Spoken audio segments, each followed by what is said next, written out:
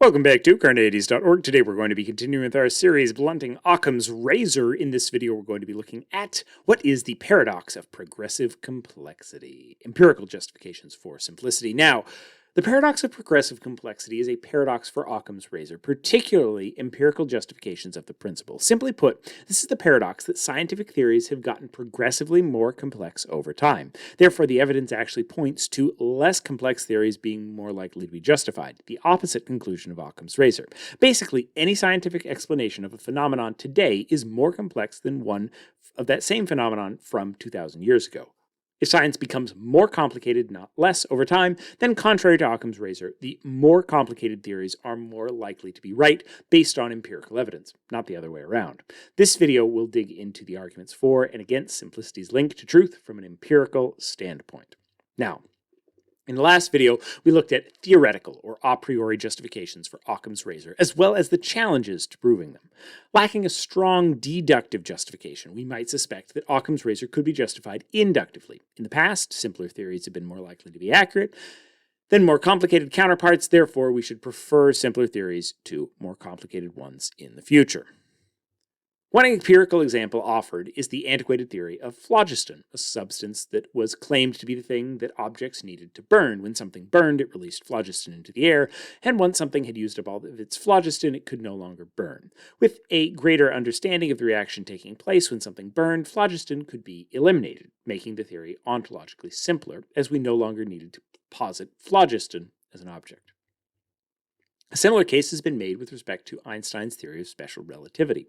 Proponents of this defense of Occam's razor argued that the theory of special relativity was simpler to the existing Lorentz-Poincare theory, which required ether that's undetectable in principle. This is often held up as a case of science getting simpler, or at least more parsimonious, by eliminating extraneous ontological commitments to things like ether and phlogiston. One might claim that we have slowly been doing away with these extra ontological concepts for years in our theories, and so in some ways science is getting simpler.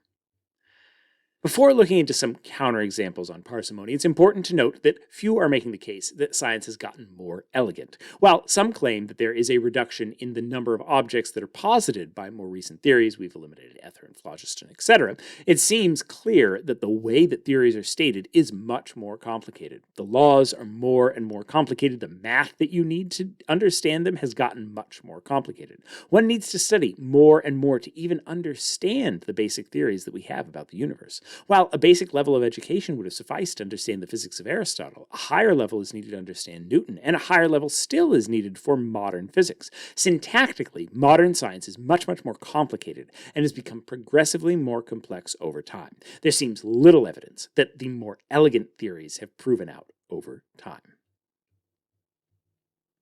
And yet, even if we set elegance aside and focus on parsimony, the number of things in our ontology, it seems that this has only increased as time has gone on. The ancients only had 4 elements. Modern chemists have discovered over 100. Ancient atomists theorized a single indivisible fundamental particle, but modern physicists posit up to 61 fundamental particles if we count those with different colors separately. It seems clear that we're positing more and more things than we did thousands of years ago. We may have lost phlogiston and ether, but we've gained so much more. Our theories have become much more complex. This seems to undermine the empirical evidence for Occam's razor. If we think that our scientific theories have gotten more accurate over time, and also think they've gotten more complicated over time, then we should think that more complexity is more likely to lead to truth, not the other way around. Think of it like this. If we laid out all of the scientific theories we ever had, the most complex would be the most recent, or at least some of the most recent. They would also be the ones that scientists think are the closest to the truth.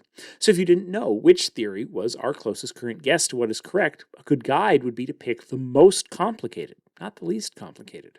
The periodic table with the most elements is the one that's the most up to date. The chart of fundamental particles with the most particles is the most current. The least parsimonious theory is what scientists actually think is the most accurate. And so we have this issue. This is the paradox of progressive complexity. Over time, things have gotten more complicated. Now, you might say, oh, we only have a certain number of fundamental particles, and that's fewer than what we were positing in the past, but it's clear that things have gotten more complicated. Even explaining what those fundamental particles are is much more complicated than explaining the 4 elements, or the atomists' theory that everything is just made up of single individual identical atoms.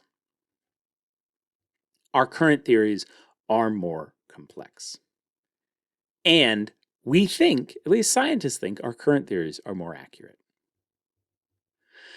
The advocate of Occam's razor might respond that these are increasing in explanatory value while also increasing in complexity. The greater complexity is worth it for the increase in explanatory value. This raises some challenging questions for Occam's razor. Are we only claiming that Occam's razor is applicable when two competing theories have equal explanatory power, called this weak parsimony? Or are we claiming that simplicity and explanation are competing forces, that there is a certain amount of increase in explanatory power that can compensate for a certain increase in complexity, something like strong parsimony, we'll call that?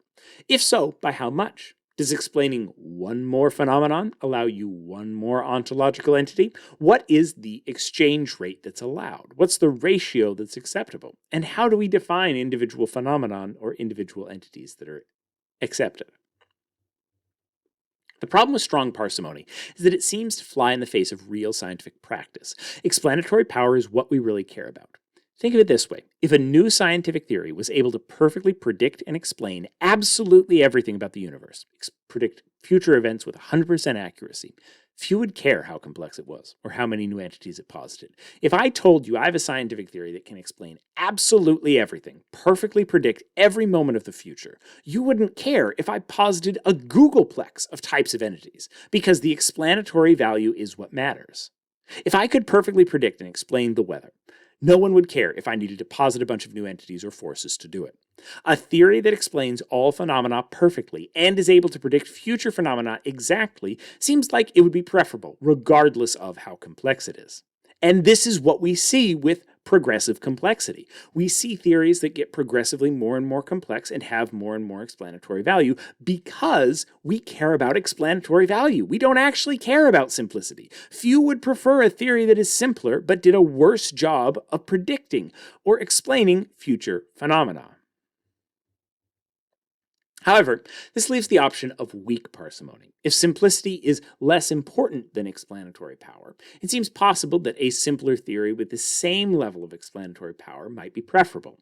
However, this is equally unsupported by the evidence. Einstein's theory of special relativity was preferable not just because it was simpler, but because it also had an increase in explanatory value. Similarly, the discovery of oxygen didn't just eliminate the need for phlogiston, but created the potential for future explanations of fire and other chemical reactions. It seems that not only do our theories become more complex over time, we advance theories largely because of their explanatory or predictive value, not because of their simplicity.